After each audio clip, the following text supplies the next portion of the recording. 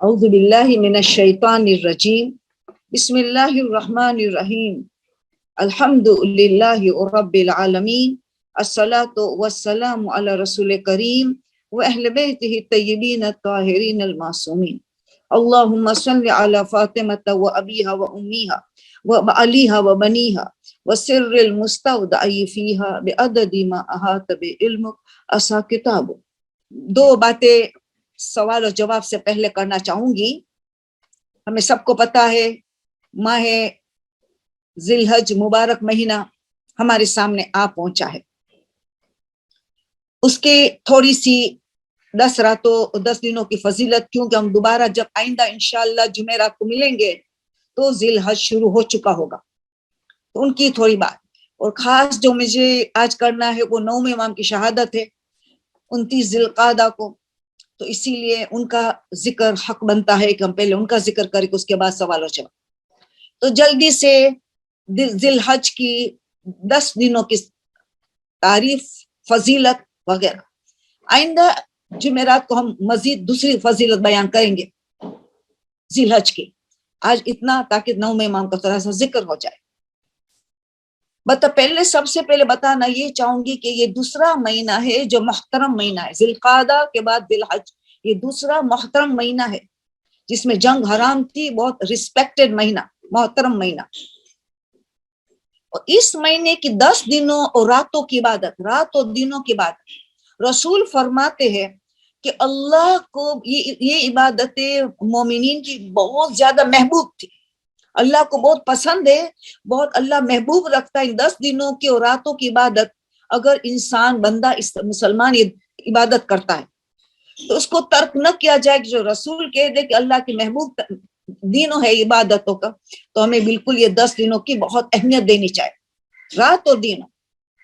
اور دنوں کے لیے تو خاص الفاظ آئے. سورہ حج 22 نمبر کا سورہ 28 نمبر کی آیت، ایام معلومات. ایام معلومات اس 10 دنوں کو کہا جاتا ایام معلومات، ان کی اہمیت دی جاتی ہے.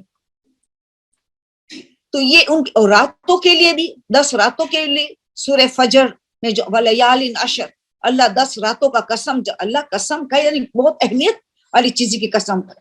10 راتوں کا قسم. مفسرین نے 10 الگ الگ راتوں بتائے. کچھ نے یہ بتایا کہ 10 ذی الحج کی رات، 10 پہلی سے 10 راتوں. پھر دوسری بتائی گئی کہ محرم کی پہلی سے 10 محرم تک، اس کی قسم اللہ 10 راتوں کی کھا رہا ہے. اور دوسری تیسری تفسیر بتاتے، مفسرین بتاتے کہ ماہ رمضان کی آخری 10 راتوں کی اللہ قسم کرے. ولیال عشر میں جو سورہ فجر میں جو 10 راتوں کی قسم ہے، یہ 3 راتوں کی بہت اہمیت دی گئی، 3 گروپس آف دا نائٹس. اس میں سے ایک یہ ہے ذی الحج کی 10 رات. تو اللہ اس کی قسم راتوں کی قسم کھا رہے. دینوں کے لیے اسپیشل ایام معلومات کہا گیا، تو اس کی عبادت کتنی اہم ہوگی. تو آپ سوچئے، اب یہ 10 راتوں میں بھی اسپیشل عبادت بتائی گئی، 10 دنوں میں بھی اسپیشل عبادت بتائی گئی.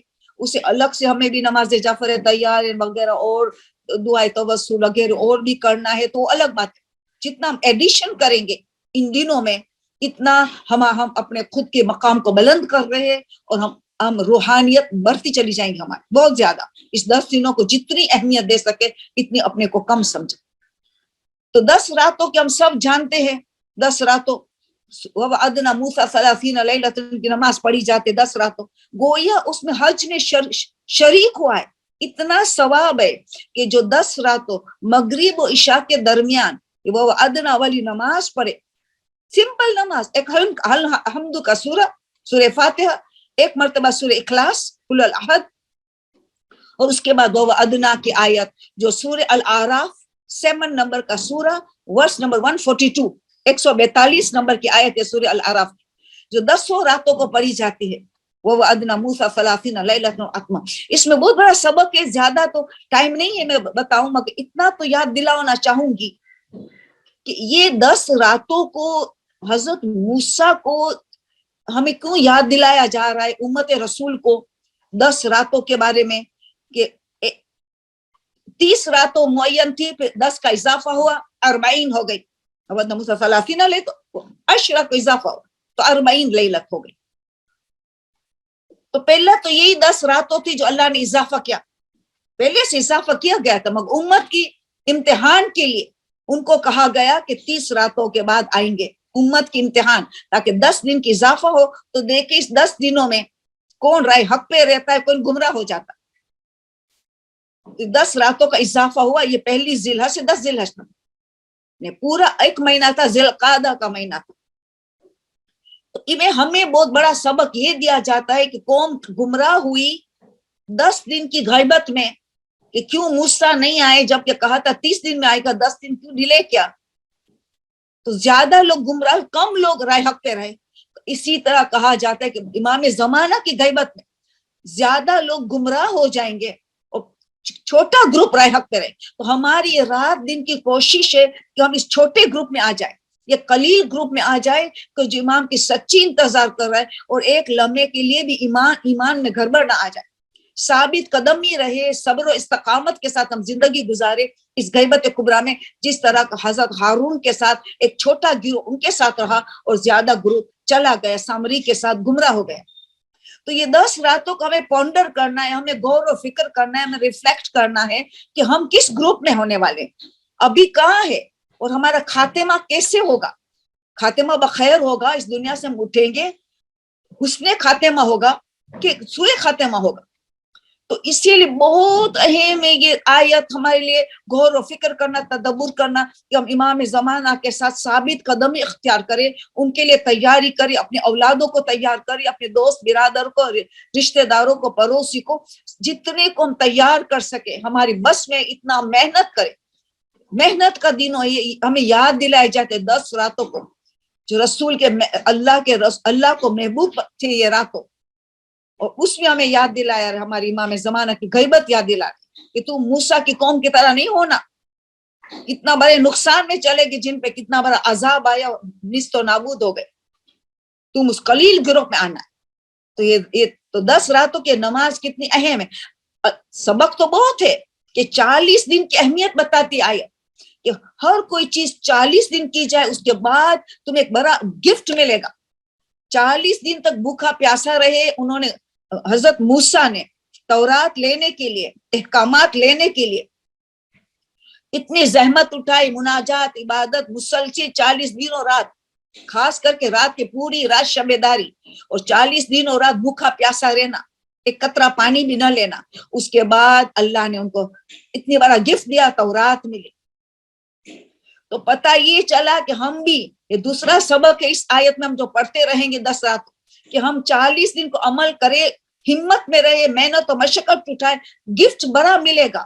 شاید کبھی وہ گفٹ جو ہم نے مانگا اللہ سے، وہ نے اس کے بدلے کچھ اور دیا، ہمیں پتہ نہیں چلا، اور دوسرا بھی دینے والے اس کا ٹائم نہیں آیا۔ تو مطلب میں ہمت سے 40 دن تک یا راتوں یا دنوں تک ہمیں ایسی عبادت کرنا چاہے، جس چیز ہم مانگ رہے اللہ سے، حلال جائز چیز مانگ رہے، اس میں ذرا بھی یعنی یقین ہونا، ذرا بھی شک نہ آئے۔ اگر 40 دن میں نہ سنا، کچھ مدت رہ کے دوسرا 40 دن رات عمل کرنا چاہے، مگر کبھی مایوسی گناہ نے کبیرہ ہے۔ تو یہ بہت اہم چیز ہے۔ تو یہ 2 سبق میں نے دیا، باقی آپ آیت 142 سورہ الاعراف کی سٹڈی کریں گے تو آپ کو، اور آیت اللہ ناصر مرشی نجم بہت زیادہ سبق بتا رہے ہیں، مگر اتنے چھوٹے سے وقت میں ہمیں ٹائم نہیں ہوتا ہے، 2 بس میں نے سبق بتا دیا۔ تو یہ رات کو یہ نماز کوئی پڑھتا ہے گویا حاجیوں میں شامل ہے، حاجیوں میں ہے، حج کر رہا ہے، اتنا ثواب حاجیوں میں شامل ہو جاتا ہے۔ تو اب سوچے بہت بڑی عید رات تک یہ نماز ہمیں پڑھنے کی ہے۔ تو یہ رات کی ایک اسپیشل عبادت، دین کی اسپیشل عبادت ہے۔ 10 دعائیں ہیں، 5 دعائیں 5 تحلیلات ہیں جو مولا علی نے تعلیم کی۔ وہ حضرت عیسیٰ کو جبرائیل لے کے 5 دعا جو 10 دنوں میں دین کے وقت پڑھنا ہے، اور 5 تحلیلات دونوں مل کے 5 دعا 5 تحلیلات جو مولا علی نے تعلیم کی۔ لا الہ الا، تحلیلات یعنی لا الہ الا اللہ، لا الہ الا اللہ، اسٹرونگ فورٹ ہے، اسٹرونگ قلعہ ہے ہمارے پاس توحید کا۔ انسان کی عقیدہ مضبوط ہوتا ہے توحید کا یہ تحلیلات پڑھنے سے، بہت امپورٹنٹ ہے۔ تو یہ بعض لوگ تو 100 مرتبہ پڑھتے، بعض 10 مرتبہ پڑھتے، بعض کو ٹائم نہیں ہوتے 5 مرتبہ 2 مرتبہ, 1 مرتبہ تو ضرور سب لوگ پڑھتے ہیں. تو یہ دین کی اسپیشل دعا بتائیے, روزہ, وہی روزہ تھرسڈے فرائیڈے سیٹرڈے جو ذی القعدہ کا تھا, جمعرات جمعہ اور ہفتہ کو پورے ذی الحج کے مہینے میں یہ 3 روزہ متواتر رکھتا ہے, ہر جمعرات جمعہ اور ہفتہ.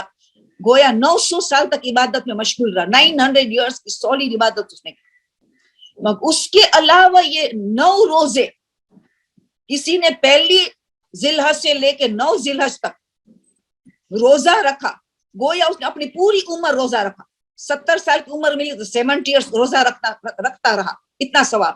90 سال کی عمر ملی تو 90 سال, اپنی جو عمر اللہ نے رکھی ہے پوری عمر گویا اس نے روزہ رکھا, اتنا ثواب ہے جو 9 روزہ رکھے. بعض علماء کہتے ہیں کہ 8 روزہ بھی پوری عمر کا ثواب ملے گا. کیوں؟ 9واں روزہ یوم عرفہ ہے. یوم عرفہ کی عبادت روزے سے افضل ہے. اگر روزے میں کاہلی ہو جائے یا سستی ہو جائے, نیند آنے لگے, تو پھر روزے چھوڑ دینا ہے. چائے کا قہوہ کچھ پیتے رہے کہ اعمال میں کمی نہ ہو, اعمال میں عبادت میں 9 ذی الحج کی عبادت میں ذرا کمی نہ ہو. توبہ قبول ہونا یقینی ہے, استغفار کا پوری زندگی کا گناہ معاف ہوتا ہے. اتنا عظیم دین ہے عرفہ کا دین, تقدیر بدلنے کا دین ہے. تو پتہ یہ چلا کہ اس دن اگر روزہ رکھنے میں ضعف آ جائے وغیرہ تو پھر روزہ چھوڑ دے. 8 روزہ اگر ضعف آ رہا ہے تو پھر اب ہمیں پوری عمر کا ثواب ملے گا. یا تاریخ میں کی گڑبڑ چل رہی ہے, شاید یہ 9 ذی الحج کے بدلے 10 ذی الحج جو جس میں روزہ رکھنا حرام ہے, تاریخ میں گڑبڑ تب بھی مکروہ ہے روزہ رکھنا اس دن. یا عبادت میں ضعف آئے تو مکروہ ہو جائے گا روزہ, یا تاریخ میں گڑبڑ چل رہی تو مکروہ ہوگا. ورنہ تو ثواب ہی ثواب رہے گا. کہ 2 پرابلم نہیں ہے تو بس پورے ثواب ملے گا انشاءاللہ. تو یہ 9 روزے کا کبھی تو مکس ہو جائے گا, تھرسڈے فرائیڈے سیٹرڈے بھی آ جائے گا, اور 9 کے اندر بھی آ جائے گا, تو سوال ڈبل ٹریبل ہوتا چلا جائے. تو اس طرح ڈھونڈنا, اگر چند روزہ رکھنا ہے تو دیکھنا کہ تھرسڈے فرائیڈے سیٹرڈے بھی آئے, 9 دن کے اندر بھی آئے, تو اور عبادت ثواب بڑھ جائیں. مگر پہلی تاریخ کا روزہ بہت اہم ہے, 8 ذی الحج کا. اگر کوئی 2 روزہ رکھنا چاہیے تو پہلی کو نہ چھوڑے, اور 8 ذی الحج کا 2 اہم ترین روزہ ہے, پہلی ذی الحج اور 8 ذی الحج. 8 ذی الحج یوم ترویہ ہے, جو اس کے بعد میں آئندہ جمعرات ہم بات کریں گے. تو اس کی پہلی کو کوئی روزہ رکھتا ہے, گویا روایت کہتی ہے کہ 80 مہینے تک روزہ رکھ, کنٹینیوس 80 منتھس تک روزہ رکھتا ہی رہا, اتنا سب. اور اس دن ایک روایت کے مطابق عقد ہوا ہے مولا علی اور بی بی فاطمہ. آسمان میں تو ہو چکا تھا عقد, اللہ کی جانب سے ہو چکا تھا, مگر دنیا میں پہلی ذی الحج کو بعض علماء کہتے ہیں شادی ہوئی, رخصتی ہوئی, بعض کہتے ہیں نہیں عقد ہوا, کہتے 19 ذی الحج کو رخصتی ہوئی, پہلی ذی الحج کو عقد ہوا. تو تھوڑا روایت میں فرق ہے. تو اس دن بی بی فاطمہ کی نماز بہت زیادہ ثواب, 4 رکعت نماز ہے, الحمد کے بعد 50 قل الاحد, سورہ توحید, سورہ اخلاص, 2 رکعت کر کے پڑھنے 2 by 2. آپ مفاتن میں دیکھنا. اور اس میں پہلی تاریخ اتنی اہمیت, اس کی اسپیشل نماز ہے, ظہور کے آدھے گھنٹے پہلے. آپ دیکھ لینا, ابھی آپ کو ریسیپی یاد بھی نہیں رہے گا, مفات الجنان میں, المانک, سب کتابوں میں آپ کو ملے گا. تو اسپیشل نماز ہے پہلی ذی الحج کا, ظہور سے آدھا گھنٹہ پہلے یہ نماز پڑھنے کی ہے, 2 رکعت نماز ہے. تو آپ ذرا ٹائم دیکھ لینا مفات الجنان وغیرہ میں, تو آپ کو اچھی طرح مل جائیں گے. تھوڑی سی باتیں یہ مجھے بتانا تھا.